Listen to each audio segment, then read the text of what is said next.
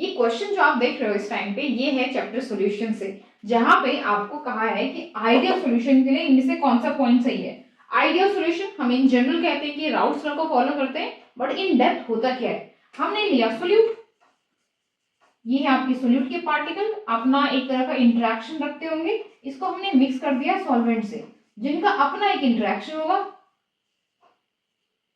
Starting में जो हमने मिक्स नहीं किया है तो इनके बीच में एक तरह का इंटरेक्शन होगा, जिसको हम इंटरमोलिक्यूलर इंटरेक्शन कहते हैं। मिक्स कर दिया, आपका क्या बन गया, सॉल्यूशन। नाउ अब सॉल्यूशन में सॉल्यूट और सॉल्वेंट के पार्टिकल एक दूसरे के साथ इंटरेक्शन स्टार्ट करेंगे, इसलिए एक नया तरह का इंटरेक्शन क्रिएट होगा। आइडियल सॉल्यूशन में हम ये कहते हैं कि जो ये इंटरेक्शन होना चाहिए वो जितना स्टार्टिंग में मतलब सोल्यूट का सोल्यूट के साथ, सॉल्वेंट का सॉल्वेंट के साथ इंटरेक्शन होना चाहिए, वही इक्वल होना चाहिए सोल्यूट के सॉल्वेंट के साथ। That is the criteria for ideal solution, for an ideal solution. So अगर हम इसको एग्जीक्यूट करें उसके हिसाब से, तो हमें ये पता चलता है कि जितना ही रिएक्टेंट की साइड का एंथैल्पी होगा उतना ही प्रोडक्ट की साइड का एंथैल्पी होगा। यानी जो चेंज इन एंथैल्पी होगा वो कुछ भी नहीं होगा, क्योंकि चेंज तो कुछ हुआ ही नहीं है, क्योंकि आइडियल है।